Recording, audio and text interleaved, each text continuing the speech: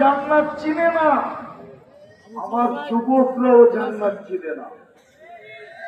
চিনেন জান্নাত? চিনেন? জান্নাত তো চিনি না, জান্নাত চিনি না, এই জন্য প্রস্তুতিও নাই।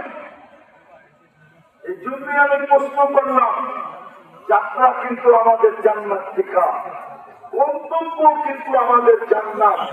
আমি চারটা প্রমাণ দিলাম। যদি আপনার আমার গন্তব্য জান্নাত না হতো, তাহলে কোনদিন আপনি আর আমি মুসলমানের ঘরে অস্তিত্ব হতো না।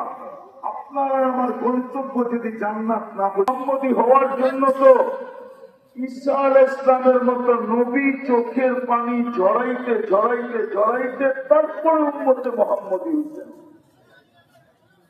ওলামা আমার সাথে একমত হবে। ঈসা আলাইহিস সালাম চোখের পানি ঝরাইতে ঝরাইতে উম্মতে মুহাম্মদী হইতেন। উনি আসবে কয়েকদিনের ভিতরে। উম্মতে মুহাম্মদীর গন্তব্য যদি জান্নাত না হইতো, তাইলে